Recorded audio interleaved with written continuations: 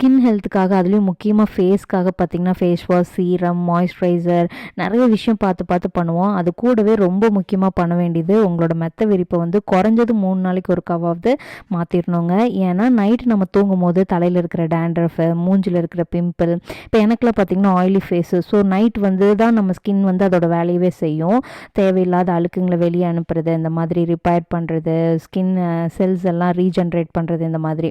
So நம்மளோட அந்த விஷயம்லாம் எதில் இருக்கும்? பில்லோ கவர், நம்ம போத்துற பிளாங்கெட்டு, பெட்ஸ்பெட் இதிலெல்லாம் இருக்கும். நான் எனக்கு ஃபேஸ் ரொம்ப ஆயிலிங்கிறதுனால 2 days ஒன்ஸ், அதாவது பார்த்திங்கன்னா கரெக்டாக ஒரு நாள் விட்டு அடுத்த நாள்லாம் பில்லோ கவரை மாற்றிடுவேன். ஏன்னா எனக்கு வந்து பில்லோ வந்து மாற்றி தான் வைப்பேன். ஒரு நாளைக்கு ஒரு பில்லோ, அடுத்த நாள் இன்னொரு பில்லோ, அதுக்கப்புறம் 2 பில்லோட கவரையும் மாற்றிடுவேன். 2 நாளைக்கு ஒருக்கா பில்லோ கவர் மாற்றிடுவேன். 3 நாளைக்கு ஒருக்கா மெத்த விரிப்பையும் நான் வந்து மாற்றிடுறது. இது உங்களோட ஸ்கின் ஹெல்த்துக்கு ரொம்பவே ஹெல்ப் பண்ணும். ட்ரை பண்ணி பாருங்கள் இது வரைக்கும் பண்ணலன்னா. இந்த வீடியோ, இந்த இன்ஃபர்மேஷன் உங்களுக்கு புதுசாக இருக்கான்னு மறக்காமல் கமெண்ட்டில் சொல்லுங்கள்.